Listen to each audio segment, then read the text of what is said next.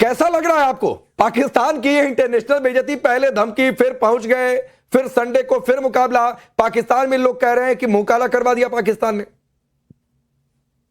Ji, thank you very much. वहीं से हम शुरू कर रहे हैं जहां पर छोड़ा था। देखिए, बात इतनी आगे बढ़ी है कि पाकिस्तान ने रिपीटेडली ये कहा, डिमांड की कि जो रेफरी हैं उनको रिमूव किया जाए। और कल रात गए, यानी जब ये सारा ड्रामा चल रहा था, तो उस वक्त पाकिस्तान की तरफ से रात गए एक और लेटर भी लिखा गया।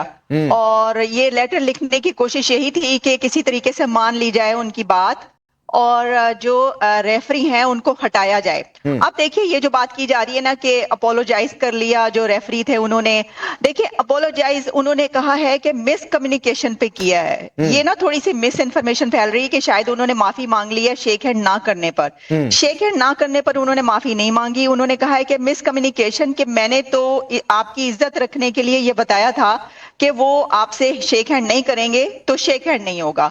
लेकिन इसको अगर गलत समझा गया तो मैं उसके बाद माजरत हूं। लेकिन इस पे जो है, देखिए, कोशिश हर तरह से कर ली, लेकिन जो रेफरी है उनको रिमूव नहीं किया गया। तो इसका मतलब है कि बात तो नहीं मानी गई ना पाकिस्तान की। तो जो बैक ऑफ करने की बात हुई थी वो तो इसलिए हुई थी कि रेफरी को हटाया जाए। अच्छा, और जो एक और जब खत लिखा गया उसमें भी यही कहा रेफरी को हटाया जाए, रेफरी को उन्होंने नहीं हटाया और ये वाली बात नहीं मानी। तो जो अपोलोजाइज किया है वो भी मिस कम्युनिकेशन पे किया है, वो भी इसलिए नहीं किया कि शेक हैंड नहीं किया। और इसमें यह भी है कि पाकिस्तान को जो 12 से 16 मिलियन डॉलर की जो अमाउंट मिलनी थी, यानी इससे जो आमदनी होनी है, जो इनकम होनी है, तो देखें एक ऐसा कंट्री जो कि IMF के पास होगा, वो 15 मिलियन डॉलर्स क्यों छोड़ना चाहेगा? कभी भी नहीं छोड़ना चाहेगा ना।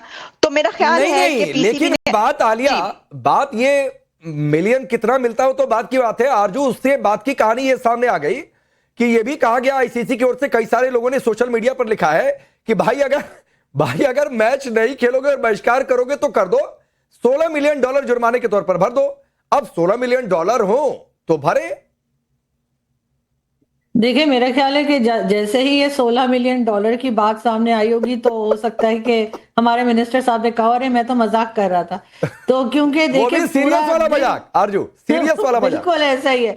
देखिए, सारा दिन इन्होंने खराब कर दिया। उसके बाद पहले ये जिस बुरी तरह से हारे उसको एक्सेप्ट करने के बजाय इन्होंने जो पब्लिक पाकिस्तान की नाराज हो रही थी उसकी अटेंशन डाइवर्ट कराने के लिए जी शेक हैंड नहीं किया, उसके ऊपर शुरू हो गए। फिर इन्होंने कहा ये रेफरी होगा तो हम नहीं खेलेंगे, जबकि वही सब कुछ हुआ जैसा कि पहले कहा गया था। रेफरी भी वही रहे और इन्होंने खेला भी, क्योंकि जाहिर है ये UAE के साथ खेल रहे थे और जैसे कि कई तरह के इनके ऊपर जो है फाइन लग सकते थे, ये भी इनको बहुत पहले समझ आ गई होगी। लेकिन अपनी अकड़ हमारी एक है जिसे हम लेकर चलते हैं, और जिस दिन हमने अपनी अकड़ जो है इसको छोड़ दिया और हम सच्ची बात को और रियलिटी को हमने एक्सेप्ट किया, उस दिन शायद बहुत सी चीजें ठीक हो जाएंगी। और इसी तरीके से आप ये भी देखें कि कुछ अर्से पहले यही हमारी पाकिस्तान की क्रिकेट टीम थी जिसको हमारी आर्मी ट्रेन कर रही थी और उसकी फोटोज भी आई थी। आपके यहाँ भी बड़ा चर्चा हुआ था, आप लोगों ने भी बहुत शोर नहीं आरजू, दिक्कत यही है कि आर्मी सारा काम करती है मुल्क की हिफाजत के अलावा।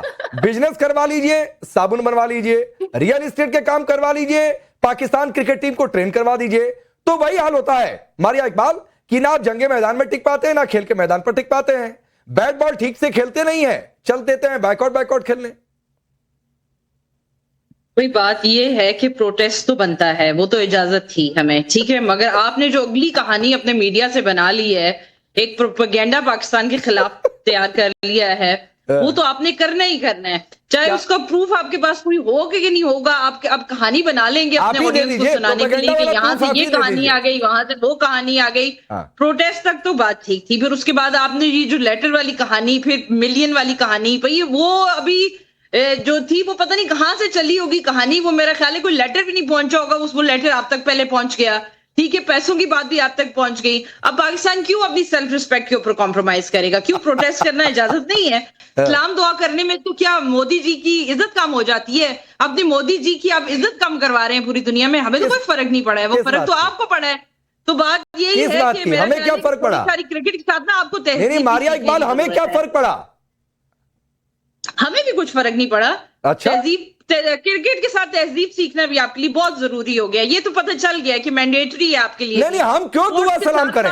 सुनिए मारिया इकबाल, एक बहुत सीरियस नोट, फ्रैंकली आप समझिए, भारत पाकिस्तान के बीच हालात ऐसे नहीं है कि दुआ सलाम होगी। लेकिन एक चीज में एक्सप्रेशंस आलिया शाह आपके देख रहा था कि जब कह रही थी कि लेटर की बातचीत आपकी, आप बड़े आश्चर्यचकित होकर देख रही थी कि अरे ये क्या बोल रही है मारिया इकबाल। जी, इसकी वजह ये है कि ये जो लेटर की बात है, ये पाकिस्तान के पत्रकार जो कि स्पोर्ट्स को रिपोर्ट करते हैं वही बता रहे हैं। उन्हीं की तरफ से कहा गया है कि रात गए, और पाकिस्तान के मीडिया में भी ये पब्लिश हुआ है कि एक और खत लिखा गया, अपनी सी कोशिश की गई। इसमें कोई बुरी बात नहीं, अगर वो कोशिश कर रहे थे तो इसमें अगर लेटर लिख दिया, और इससे पहले भी उन्होंने कई एक लेटर लिखे हैं, तो इसमें बेइज्जती की कोई बात नहीं है। मुझे तो ये समझ में नहीं आ रही कि क्या आप किसी वलीमे में गए थे, आप किसी बारात में गए थे, किसी की बारात में गए थे शेरवानी पहन के कि आपने मुसाफा जरूर करना था।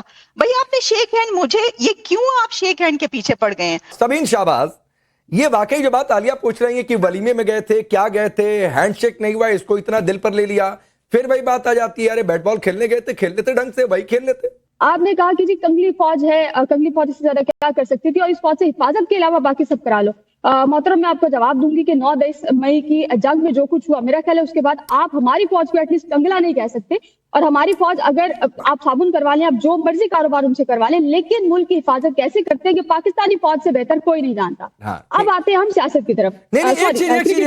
आप लोगों ने बात की, आपने एक बात कही ना, पहली बात की मैंने आपकी फौज को कंगला फौज नहीं कहा था, मैंने कहा था आपके बोर्ड को कंगला बोर्ड। फौज ही तो आपके पास, आपके पूरे मुल्क में फौज के पास ही पैसा है जो भी है, तो उसको कंगला कैसे बोलेंगे?